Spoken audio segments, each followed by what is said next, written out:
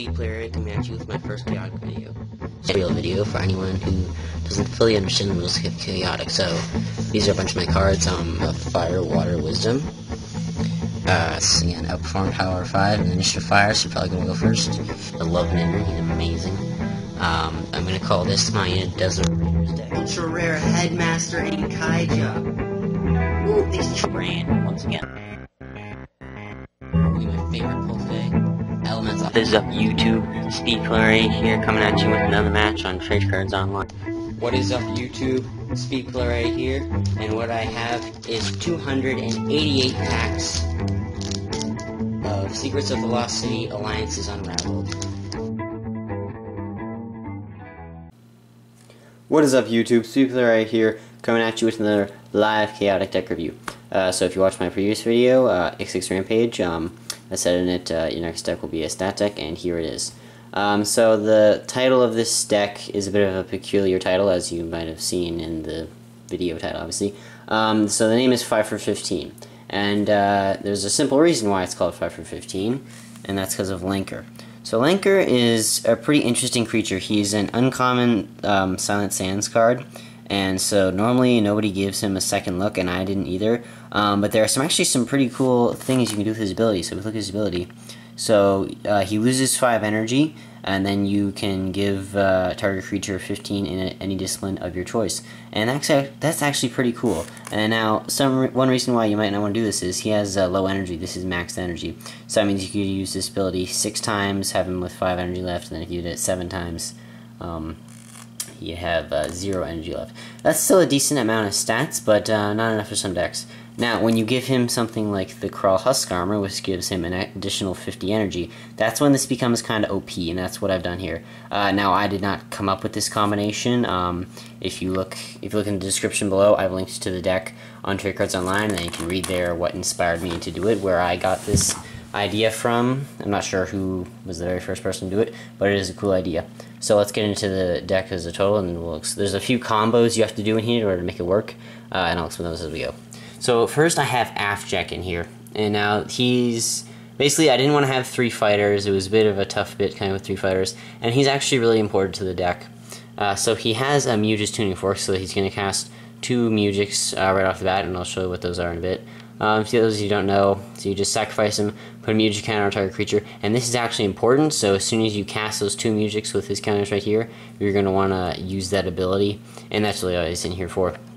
I do have Colmo in here, because Colmo is a tough fighter. This isn't my max energy one, this is middle energy, but his stats are the best, and so it's a stat deck, so obviously you want that. Yeah, basically all this deck needs for fighters is high energy, and that's it, because you can boost your stats yourself. I gave him a Wind Strider, which gives you Swift 2, which means he'll have range and Swift 3, which means he can basically cover the entire board, except he can't go from very back to very back, but he can go from very back to every other space. So yeah, he's just in here for a high energy range fighter, and the disarm doesn't hurt. Colmo is probably one of the single toughest creatures just to fight, because the non-stop disarm plus the various decks he can be used in because he's not loyal, which makes him super annoying. I do have Galmadar in this deck, just for a high energy fighter, 65 energy, that's max. He has some pretty good stats, decent courage, excellent power, kind of bad speed, but okay wisdom. The ability is helpful too, just because a lot of creatures like Overworlders or Summerilians, they have battle gear that boosts their energy a lot, but they don't have high power, so we can deal with that. I gave him an Ozzy's Wreck, just because one of the things this deck does very well is deal with battle gear, so as soon as you get that up, you can destroy battle gear of your choice equipped to the opposing engaged creature. Yeah, that's how that works. For my defender, again, another high energy creature. A Kato with 70 energy. He has a Bronze Flight, which actually helps a bit because it gives him 20 speed, so speed and courage has 65. 40 power, but that can be dealt with. You do actually use him to cast music, and I'll get to that in a sec. Good wisdom, low power. He does have a support though, and that's actually good because we have Garv, who is an important feature in this deck. So that support means that as long as Garv is still here next to him, you get an additional 10 wisdom. But of course, Garv is in here for his ability, as with most decks. So he has 2 Mewtwo counters, so you're going to use his 2 Mewtwo counters to flip up his gear and Lanker's gear. His gear is the Orb of Foresight. At the beginning of combat, look at the top 3 cards of your attack deck. Put 1 on top and 1 on the bottom, or 2 on the bottom in any order, sorry. And that's pretty good. The attack deck is pretty consistent, so it doesn't matter that much. If you wanted, you could give him a Flux Bottle or a Vial of Liquid Thought or something, but I just like the Orb of Foresight because it's a classic combo and it's just a free beginning of combat type thing. So yeah, you use him to flip up Lanker's gear. Lanker's going to have 85 energy. And then what you do is this deck is all stat attacks, so you just use his ability, pump up their stats to as high as you need, and then keep going. This is really good because if your opponent is using a stat deck, any challenges, you will make them fail it because you can just pump your stats up basically as high as they will ever need to go. We'll get into the Mudrik now. And right off the bat, this is probably the weirdest Mudrik deck I've ever made just because it's so varied and there's a lot of things that, some things missing that I normally use and some things that I didn't normally use. So, now we'll get to Afjack. He has a Mudris Tuning Fork, which means you can cast the Mudrik of any tribe you control. You have an Underworlder, which means he can cast 2 Discord of Disarming, which is a really crucial component of this deck. This will take out any battle gear you don't want, namely Bronze Flights and Shards, which is really useful. You take a Shard away from a Vermilion deck, that cripples it, you take away the Bronze Flight, and then if you have the attack, then Kalmo can go right in and take other support creatures, which really helps, and basically anything else. So that's that. I do have Allegro in here, just because it's a free 50 stat boost, and that's pretty useful in this deck. So, you know, in every match, you sometimes gain initiative, sometimes you lose initiative. When you gain initiative, then it's free, and then you just cast it for free 50 speed, so off Lanker or Kalmo. Melody of Miracles is in here just because I do have 3 Wisdom challenges in this deck, and it's just free heal, and that's basically all I need.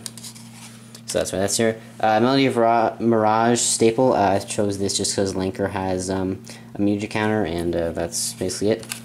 Okay, Nourishing Nocturne. Now this is why Afjack is in here.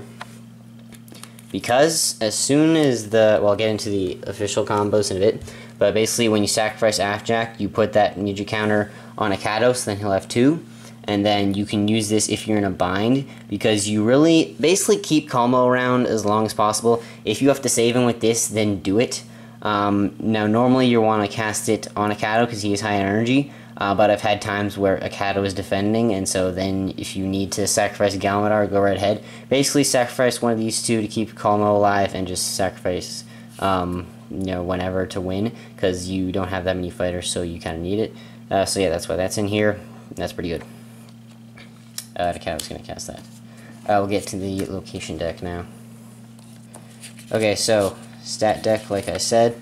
So 2 Swartbrawn, just because you can pump up your courage. Again, you can pump up all your stats. So any stat checks your opponent is going to play will be failed because you make sure that your courage is higher. Same deal with the Storm Tunnel Lingering Monsoon. You make sure you have the higher speed, and then they're going to play their attacks at random, and that really messes with any deck. Brawler's Burrow, because it's all stats, so you can get back your big attack. You actually only have 2 big attacks in this deck, but you're basically getting an additional 5 damage on all your attacks, and it might be a bit of a disadvantage if your opponent gets an attack back, but that's fine because you're getting the damage. Coral Forest, just in here for Kalmo, because it can cover the entire board, so anyone you can get to, you will be able to get to when this comes up if they still have their defender around, and you just need to circumvent that. And lastly, because this deck doesn't have any denial or much heal, I'm running the Royal Academy.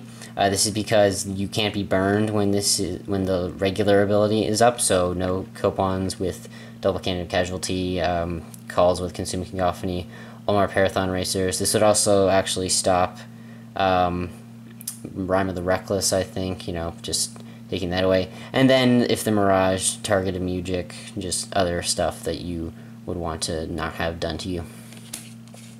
Alright, so that was the location, pretty straightforward, and now we will get to the attack deck. Okay, so all stats, so I have 1 of each of the 0 challenges, so 1 Quick Exit for Wisdom, 1 Flash Whip for Power, 1 Velociraptor for Speed, and 1 Shadow Strike for Courage, and then 2 of each of these kinds of attacks, so 2 Piercing Brilliance for the Wisdom part, 2 Dry Liquid for the Power part, 2 Poison Sphere for the Speed part, and 2 Daunting Bravery for the Courage part. Then I have some of the 100 stat checks, so Synaptic Acceleration, you can draw and drop an attack card and deal an additional 5 damage. The cycling isn't that important because you've only got those 4 zeros, so basically everything in this deck is dealing damage, and that's what I find really cool, plus the constant stat boosting. So 2 of those. 2 Meditative Leap for more cycle. Again, I just put it in first cycle. You don't need the music shifting ability. And 2 Traditionalist Charge for 15 damage plus the 5 energy gain. That's really good. And then we get it to your only 2 big attacks. So running Alacritus Force, you can really run any of these kind of Forge Unity 2s if you want. I don't really know why I picked this. It literally doesn't matter because your stats are going to be boosted anyways. And then just for the big attack, Mega Roar. Now this is in here because A, I don't have Discipline Destruction, and B, it's kind of easier just to get this straight at 40 damage because while you could probably just boost your stats higher, if you're facing a War Beast deck, those guys have the highest courage, power, and speed in the game, and there's Blaziken, Jintani, Ninrin, who isn't unique, and Koror, so this is just kind of better to, with most of these guys, you only have to boost their stats 4 or 5 times instead of like 12 if you were to do Discipline Destruction, so that's just easy 40 damage. Yeah guys, so that is all the cards. I think I went over all the combos. But just to review. So, beginning of the match, what's going to happen is you pick 2 Battle Gears you don't like. You're going to instantly target them with the Discord Disarming. Now, if your opponent has Refinite Denial, Cadence Clash, or whatever, since you don't have any in this deck, they can play it whenever you want. But if they're using it right at the early game, it's kind of beneficial because then that's getting it out of the way. They may or may not stop this, but then they won't have it for the later game. And you've got multiple ways to take a Battle Gear in this deck. So these 2.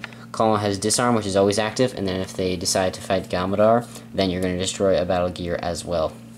As well, on the beginning burst, this is sometimes something I forget. So I always remember to do the Discords, but I sometimes forget to do Garva's ability. So on the beginning burst, you play your 2 Discords, as well as you play Garva's ability twice on his Orb and on Linker's Gear, and then you just get that out of the way. And then you really don't have to do anything else.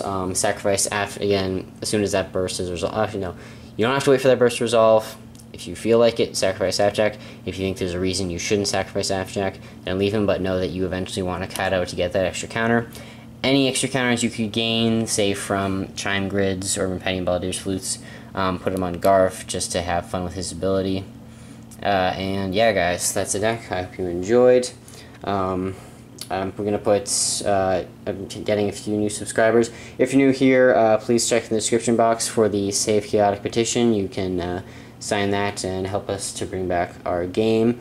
I have a few, so thanks for watching guys. I hope you enjoyed. If you did enjoy, please click that like button, give this video a big thumbs up, leave your comments below. I am thinking about some new series, so there's maybe going to be another What We Could Have Had video. You got on the 10 cards that changed Chaotic, you guys have given me such resounding support on that video. It was actually really great to see. Everybody enjoyed it, so another one of those will be happening. I'm not sure when. And then I'm considering doing a series of mine talking about the show, the TV show. I won't go into too much detail about that, but I think it's going to be pretty cool, so stick around for all those things coming up. I'm SpeedFlurry. I'll see you in the next video, guys. Peace out. Have an awesome day.